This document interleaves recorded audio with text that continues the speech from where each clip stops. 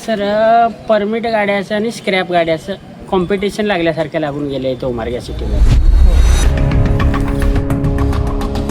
मला काय म्हणायचं सर, जेवढे परमिट धारक आहेत ते सर्व व्यवस्थित आहेत आणि जे टपोरी आहेत आणि जे बाहेरच्या गाड्या आणतात त्यांनी छेडाछेडी करतात, पैसे लुटतात रात्रीच्याला आणि त्रास होते फक्त परमिट धारकाला. काय परमिट गाड्यावाले की आता आम्ही इथं उभारलो तर लगेच साहेब येते 500ची ऑनलाईन पावती मारताय. दुसरी गोष्ट काय आहे म्हणलं तर ना, लगेच पावती फाडतं म्हणजे काहीतरी तुमची चुका असतील म्हणूनच ऑनलाईन पावती. तुमच्याकडे परमिट आहे का? हो आहे ना परमिट. परमिट आहे, इन्शुरन्स आहे, पीओसी सगळे डॉक्युमेंट क्लिअर असतात. असे किती गाड्या आहेत ज्यांचं परमिट नाही?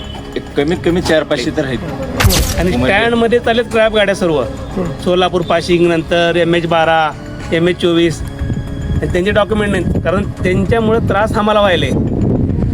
कर्नाटकच्या गाड्या पण इथे चालू आहेत. परमिट गाडीला शासनाला खर्च द्यावा लागतो, प्रतिवर्षी इन्शुरन्स भरणे, कागद क्लिअर करणे किंवा नियमाचं पालन करणे हे फक्त परमिट धारकासाठीच आहे का? आणि त्यांना ऑनलाईन केस देणे परमिट धारकासाठी. स्क्रॅप गाड्याला पण घ्या ना, सरासरी दंड घ्या ना तुम्ही, सरासरी दंड. त्यांचे कागदच नाही तर केस कशी होणार आहे स्क्रॅप गाड्याचे?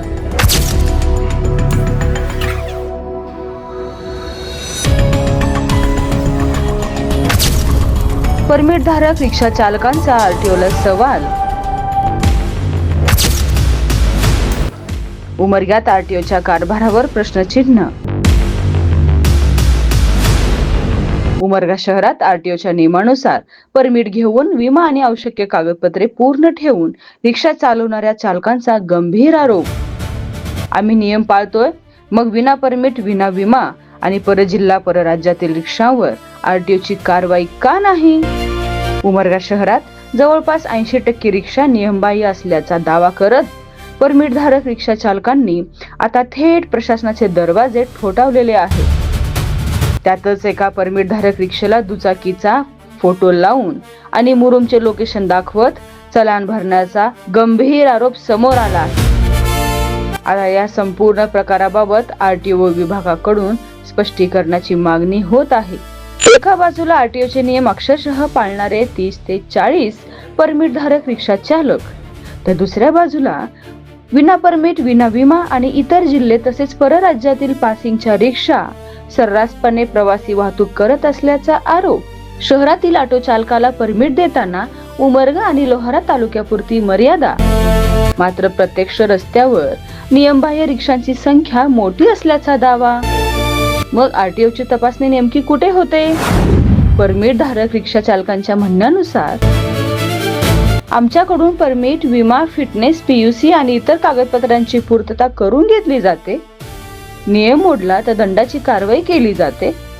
मात्र शहरात विना परमिट आणि विना विमा रिक्षा कोणाच्या आश्रयाने धावत आहे? काही रिक्षा अत्यंत खराब अवस्थेत असून काही रिक्षामध्ये घरगुती गॅस सिलेंडरचा वापर होत असल्याचा गंभीर आरोपही करण्यात आला आहे. जर हा प्रकार खरा असेल तर प्रवाशांच्या सुरक्षेची जबाबदारी कोणाची? आणि आता आरटीओच्या कारवाईवरच प्रश्नचिन्ह निर्माण करणारा आणखीन एक प्रकार. दिनांक 4 एप्रिल 2025 रोजी एका परमिट धारक रिक्षेवर ऑनलाईन चलान करण्यात आलं. चलान क्रमांक ASBCM 250034 89078. दंडाची रक्कम एकूण 500 रुपये. मात्र चालकाने चलनाची माहिती तपासली असता फोटो एका दुचाकीचा आणि लोकेशन मात्र मुरुमचे. चालकाचा दावा आहे की त्या दिवशी त्याची रिक्षा मुरुम येथे गेलीच नव्हती. मग प्रश्न असा, परमिट धारक रिक्षेच्या चलनामध्ये दुचाकीचा फोटो कसा आला? लोकेशन चुकीचे कसे दाखवले गेले? आणि या चुकीची जबाबदारी नेमकी कोणाची? परमिट धारक रिक्षा चालकांचा सवाल स्पष्ट आहे. नियम आमच्यासाठी आहेत, तर नियम बाह्य रिक्षांसाठी कोणते नियम आहेत?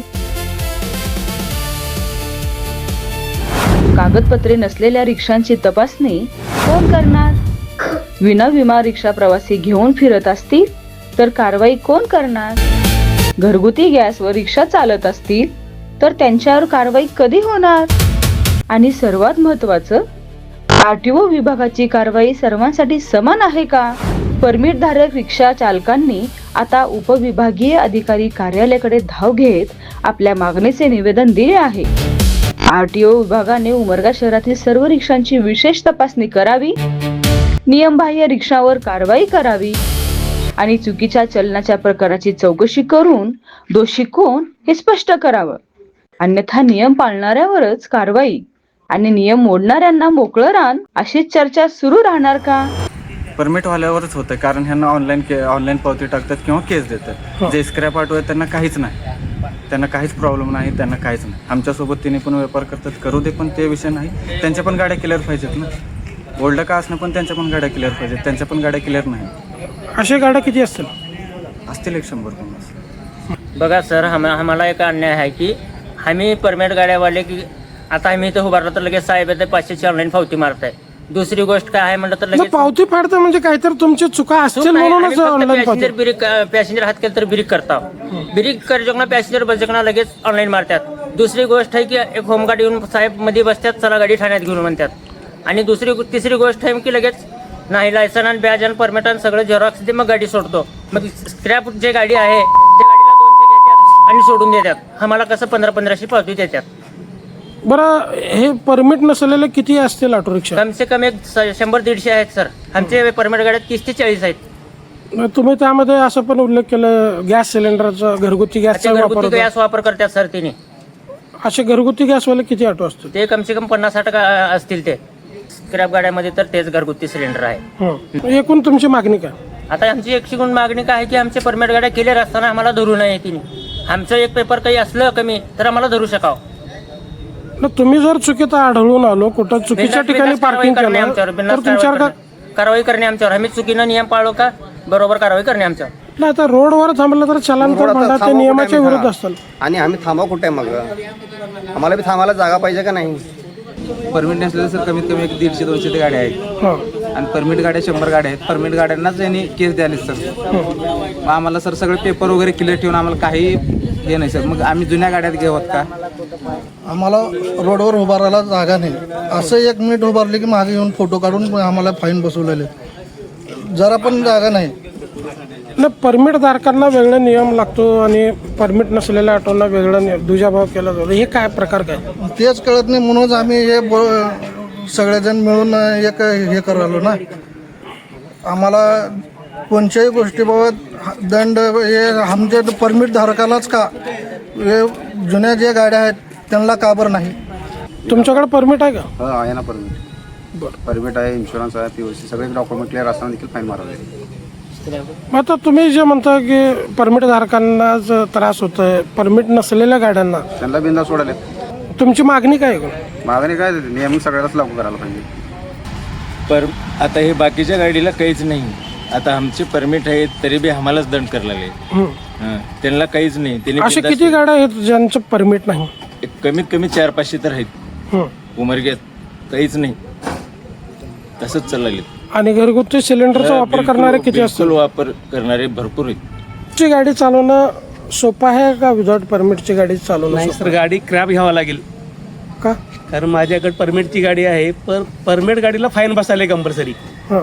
कारण मी तिथं विचारल्यानंतर ट्रॉफिक आले म्हणाले मी तुमच्या गाडीची फोटो काढला नाही. कारण रस्त्यावरती राहायला क्रॅप गाडी, त्याचं फाईन माझ्या गाडीवर पडायला. आणि स्टँडमध्ये चालेल क्रॅप गाड्या सर्व. सोलापूर पाशिंग, नंतर MH12, MH24 त्यांचे डॉक्युमेंट नाहीत. कारण त्यांच्यामुळे त्रास आम्हाला व्हायला. कर्नाटकच्या गाड्या पण इथे चालू आहेत. बरं, तुम्हाला परमिट देत असताना तुमची हद्द ठरवून दिलं का कुठं चालवायची गाडी? हो, कारण अरे मला सांगा, महाराष्ट्रामध्ये MH25 म्हणजे उमरियामध्ये चालणार ना, उस्मानाबाद जिल्ह्यापुरती.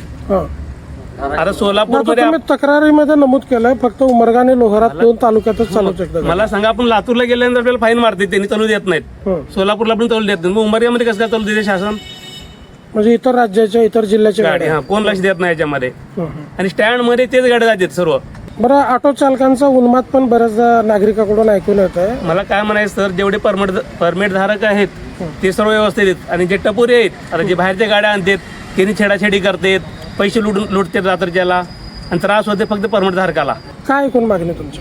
आमचं काय मागणी नाही. कारण जे बाहेरचे पाशिंग आहेत MH25 सोडून म्हणजे लातूर पाशिंग, नंतर सोलापूर पाशिंग, पुणे पाशिंग आहेत, कर्नाटक पाशिंग आहेत, ते गाड्या इथे चालू देऊ नये. काय सर, परमिट गाड्याचं आणि स्क्रॅप गाड्याचं कॉम्पिटिशन लागल्यासारखं लागून गेलं इथं उमरगा सिटीमध्ये. कॉम्पिटिशन म्हणजे आता स्क्रॅप गाड्याला काय खर्च नाही, उगं 15ला जोडी आणले सोलापुरातून आणि पॅसेंजर मारले. समजा असं सरासरी भाडं देऊ किंवा ना देऊ, आमचे सोयरे आहेत, सगळे आहेत, ओळखीचे आहेत, गल्लीतले आहेत, घेऊन जाणे. परमिट गाडीला शासनाला खर्च द्यावा लागतो. प्रतिवर्षी इन्शुरन्स भरणे, कागद क्लिअर करणे किंवा नियमाचं पालन करणे हे फक्त परमिट धारकासाठीच आहे का? आणि त्यांना ऑनलाईन केस देणे परमिट धारकासाठी. स्क्रॅप गाड्याला पण घ्या ना, सरासरी दंड घ्या ना तुम्ही, सरासरी दंड. त्यांचे कागदच नाही तर केस कशी होणार आहे? स्क्रॅप गाड्याचे कागदपत्र दाखलाच नाही आहे त्या गाडीचा, तर कसं केस होणार आहे त्याच्यावर? परमिटच्या गाड्या किती असतील ऑटो रिक्षा? 40 असतील गाड्या. आणि हे परमिट नसलेल्या किती असतील? 160. 160. काय एकूण तुमची मागणी राहणार? आता आमची मागणी काय, शिस्तबद्ध पाळा दोघंही. तुमच्या पोटावरही पाय नको, आमच्या पोटावरही पाय नको, शिस्त पाळा तुम्ही. तुम्हालाही पोट आहे, आम्हालाही पोट आहे, दोघालाही करून खायचंच आहे. आपण करून खाण्यासाठीच रिक्षा धंदा व्यवसाय निवडलेला आहे. आणि फाईन मारायचा विषय म्हणजे काय, त्याचं बघा, आत ड्रायव्हर आहे का, पॅसेंजर घेतोय का सोडतोय. उगं डायरेक्ट आला, मागे उभा केला, गाडी चालूच आहे आणि फोटो काढले, चुकीचं आहे. बघा पॅसेंजर त्यानं लावून कुठे गेलाय का ऑटो सोडून. आमचं सगळं ओके आहे. परमिट आहे, लायसन आहे, बॅच बिल आहे, सगळं आहे. फिटनेस आहे, MS 12, MS 13 ह्यांना काहीच नाही. आणि दंड आम्हाला बसलेला आहे.